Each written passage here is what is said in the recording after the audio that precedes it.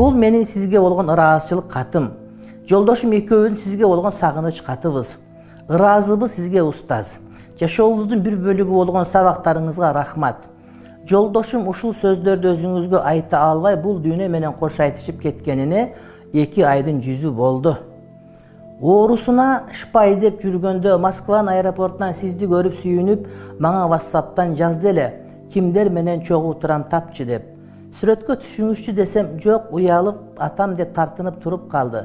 Мен болсо телефондун бери жагында күйүп бышып, бул адамдар эртең тарыхта калчу адамдар да бала чакабызга көрсөтүп жүрөбүз десем, байкушум сиз менен жана Абдышүкүр ажы менен сүрөткө түшүп жөнөттү.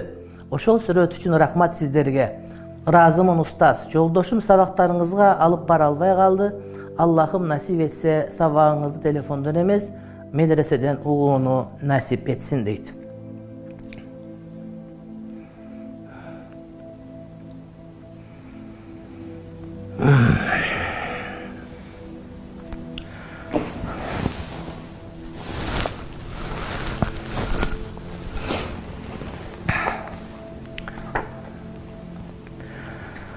Биздин бардыгыбыз ушул, бир күн болсо бир күн бардыгыбыз акыретке кетебиз. Мына ошол жашообузда адал жашаганды, бирибиздин бирибиз көңүлүбүз оорутпай жүргөндү Кудай Таалам баарыбызга насип кылсын деп тилек кылабыз.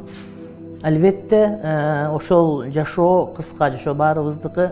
Маселе жашоонун узундугунда, өмүрдүн узундугунда эмес, балким ошол өмүрдү кандай пайдалангандыкта турат. Кудай Таалам жолдошуңузга акыретін абад кылсын. Өзүңүзгө, бала чакаңызга Кудай Таалам жакшылык берсин. Кудай Таалам жакшы көргөндөрдүн баардыгын иншалла бейиште бирге кылат. Пайгамбарыбыз саллаллаху алейхи ва саллям айткан, кыяматта адам жакшы көргөн менен бирге болот деген. Кудай Таалам бейишинен берсин деп тилек кылабыз иншалла.